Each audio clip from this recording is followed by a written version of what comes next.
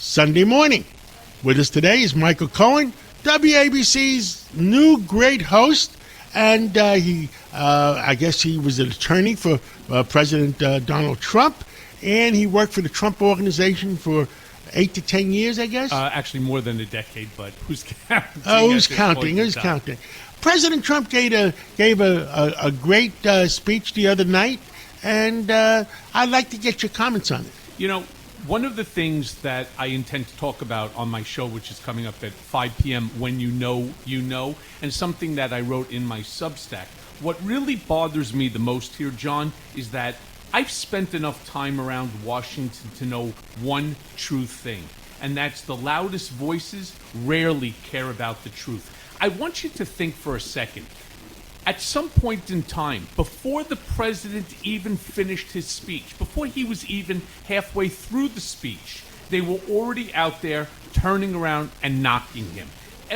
They completely ignored a comment that the president made, which was, and I'm going to quote it, "If there can be no trust, there can be no greatness."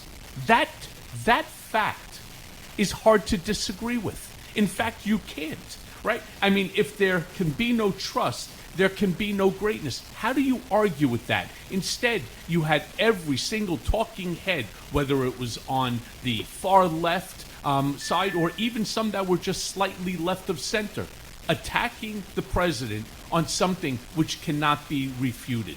I mean, there were so many things that happened. All the problems he's having with China, with those, what was it?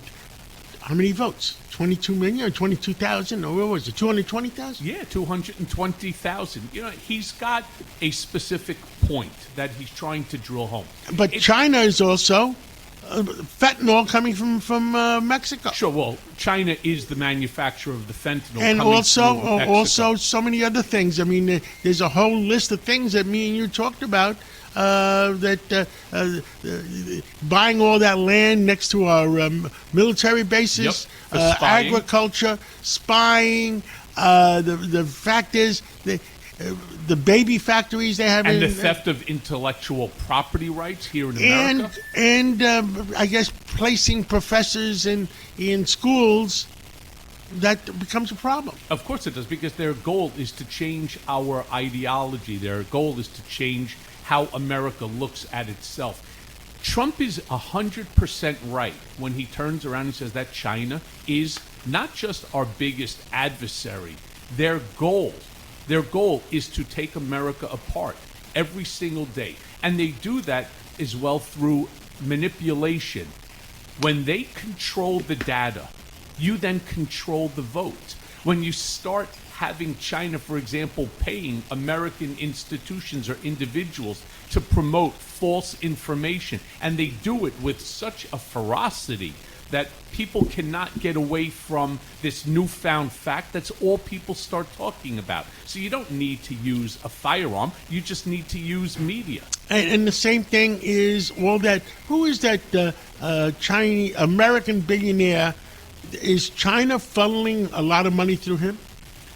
Well, possible. I mean, anything is possible. But where Trump is right on point, we cannot allow elections to become manipulated or corrupted. And that's not to say that, for example, these machines, that everything Trump said was 100% accurate.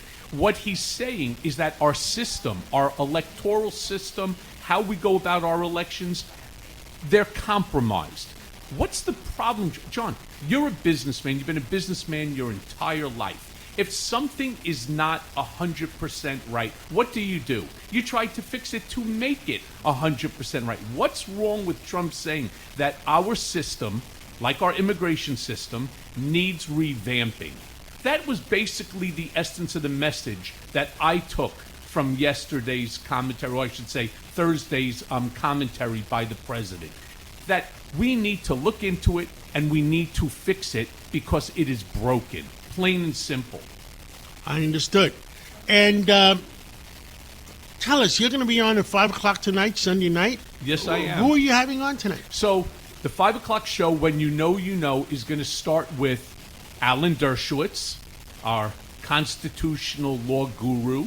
Then it's going to be followed by General Holt. We're going to talk about Iran and what's going on there. Followed finally by Brian Karem, who is a 40-year journalist. And those conversations get very heated and very explosive. So rest assured, it's not going to be something anyone's going to want to miss. Well, I look forward to listening to it, and I'll listen to you at 5 o'clock. Well, I look forward to that. Thank you, John.